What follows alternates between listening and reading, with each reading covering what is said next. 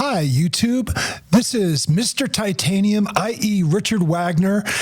Today, we're going to be discussing economic systems. In particular, I'm going to compare and contrast the one economic system that has elevated more poor people out of poverty than any other system, and I'm going to discuss another system which is responsible for causing greater poverty, more hardship and suffering than any other economic system that's ever been that has ever existed. And what am I talking about? The differences between capitalism and socialism. Capitalism originally it wasn't always called capitalism. Capitalism was originally intended to be a derogatory term that was coined by the French socialist. What was his name? Louis Blanc. Louis Blanc, the French socialist in 1850, coined the term capitalist to refer to money hoarding, bourgeois pigs, so to speak, using the terminology of Karl Marx, who pretty much engaged or described a situation of classes, the bourgeoisie and the proletariats, whereas the proletariats were the working class and the bourgeoisie were the business owners, the people that maintain control over wealth. Was the way that Karl Marx looked at that. Contrasting that to Adam Smith. Now, Adam Smith, his view, he had a fundamental belief that self-interest and competition were the key to a healthy economy. And what he believed in was a concept known as the invisible hand. The invisible hand was this invisible force that ultimately guided capitalism. And the example that he gave was that of a baker. A baker, in order for him to be successful, had to bake goods that people wanted to eat. So if a baker baked goods that people would want to eat, people would want to eat them and would want more goods. And the baker would prosper by being able to sell more and more and more.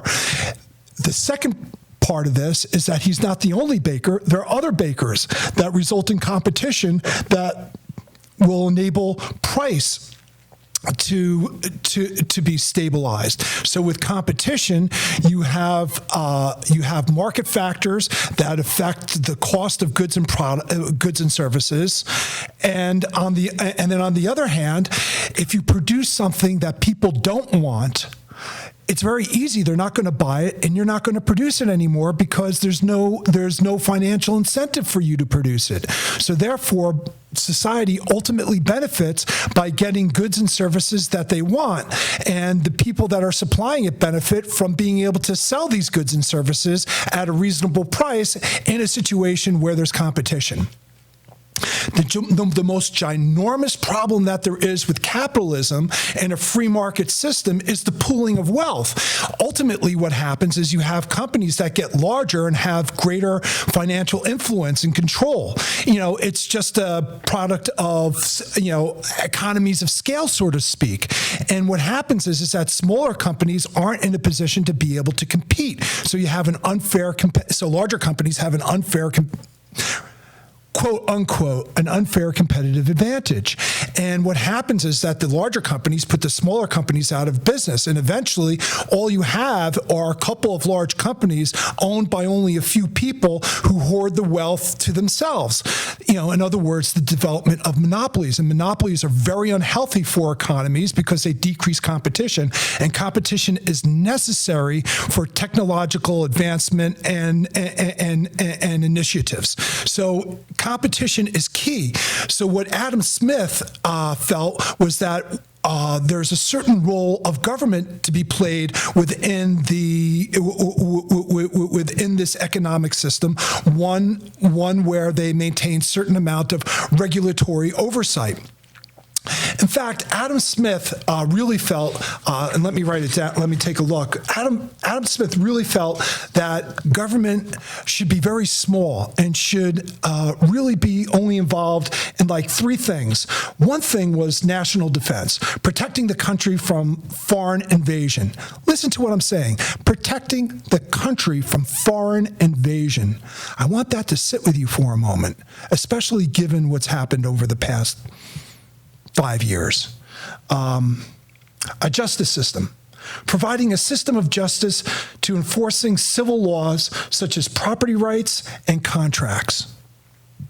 And then finally, he defined the last thing as public works, funding public work projects and institutions like roads and schools that were necessary for commerce and society, but would be unprofitable for private business to provide. And so this is what he felt the role of government was within a capitalist society, and very much echoes the way our society has been built today.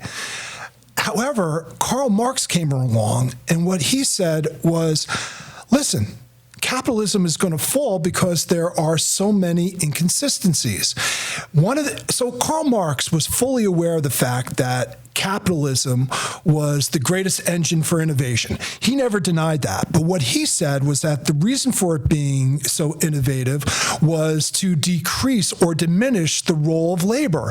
And he said ultimately what would happen is that the technology would advance further enough where there wouldn't be enough labor to support the procurement of the very products for which were being produced. And there would be a social and economic collapse, essentially.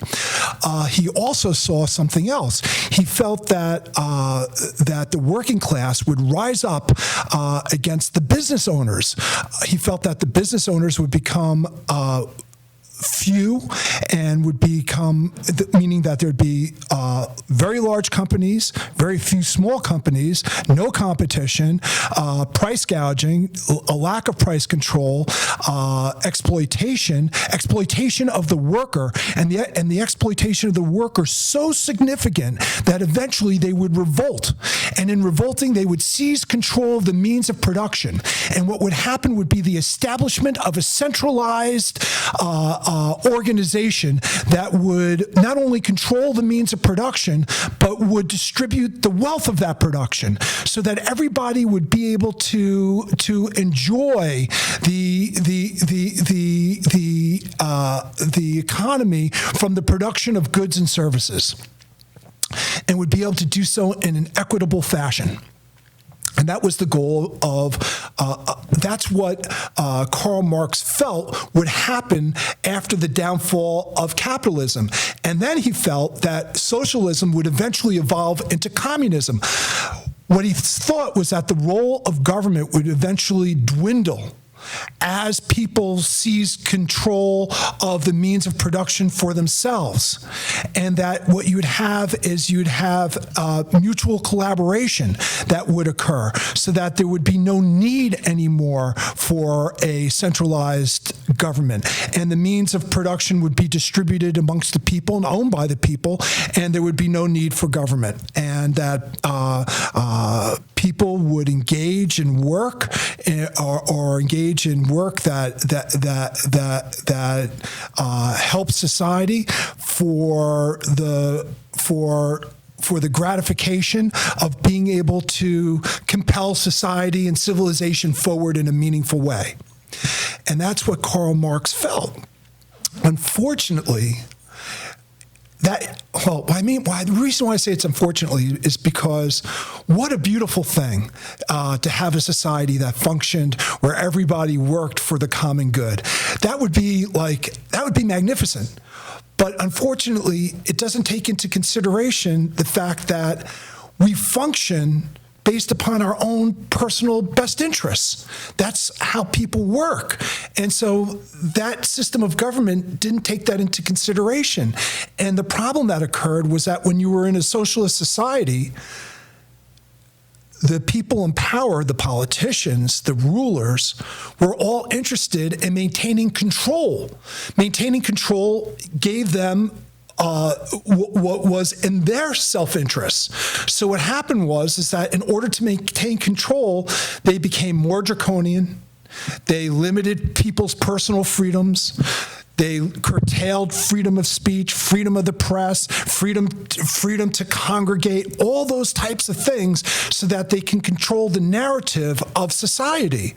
And in doing so, it decreased people's will to invent and progress. It caused civilization, it caused that society to stagnate. Socialism always ends in stagnation. And you know who realized that most? China. China made a huge move when it began to privatize its industry. It needed to privatize its industries so that it could build wealth, so that people had an opportunity, so that there would be economic incentives for people to better themselves or to engage in productive work. It was something that was necessary. That was one of the huge shifts that were made that enabled China to turn into the economic power it is today, aside from the manipulation of currency and the fact that originally Chinese workers worked for pennies on the dollar. I mean, putting those economic factors aside, essentially what happened was that there was a privatization move that occurred within China itself. So it's almost like yin and yang. For every little bit of yin, there's a lot of yang. For every little bit of yang, there's a lot of yin. Or in other words, wherever there's a lot of light, there's always some darkness, and whenever there's ultimately darkness, there's always some light. And that seems to be true because even in a free market society, there needs to be governmental regulations to prevent the development of monopolies. Just like in socialistic organizations, there needs to be the introduction of privatization in order to have economic advancement and industrial advancement and technological improvement. All those things are necessary.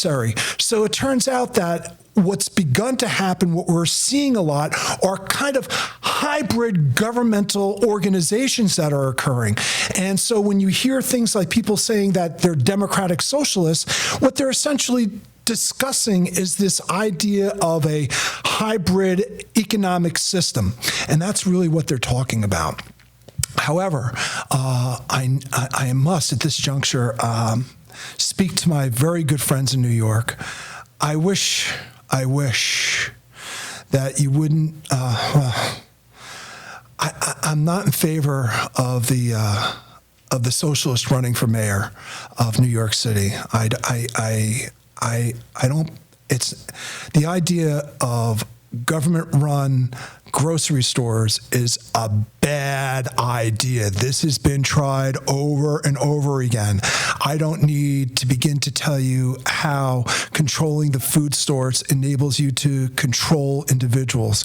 This is just bad. I wish you wouldn't do it. I really do.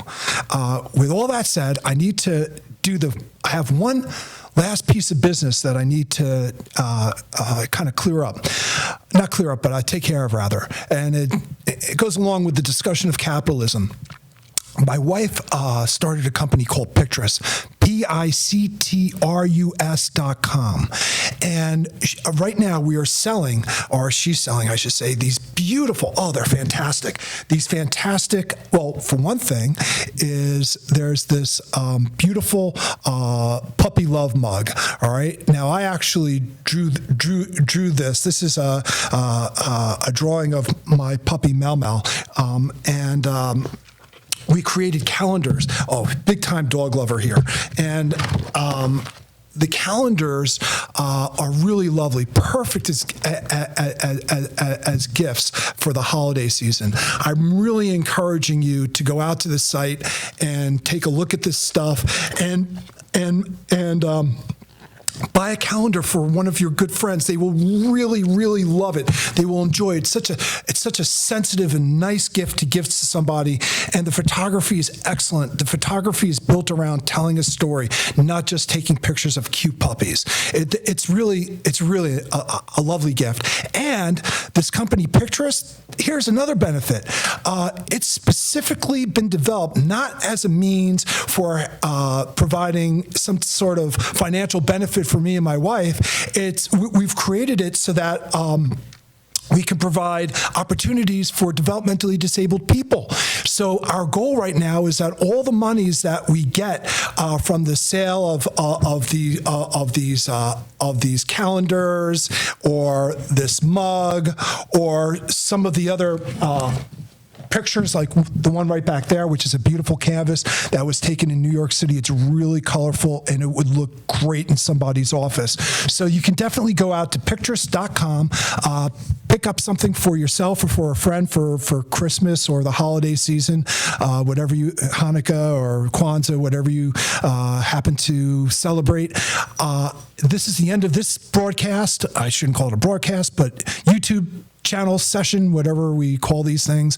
I really enjoyed my time with you. I hope you enjoyed listening and spending time with me, and we'll see you next time. Oh yeah, I'll leave in the description below a link to the picture site. So definitely check it out. I look forward to speaking with you soon, and have a great rest of your day. Bye-bye.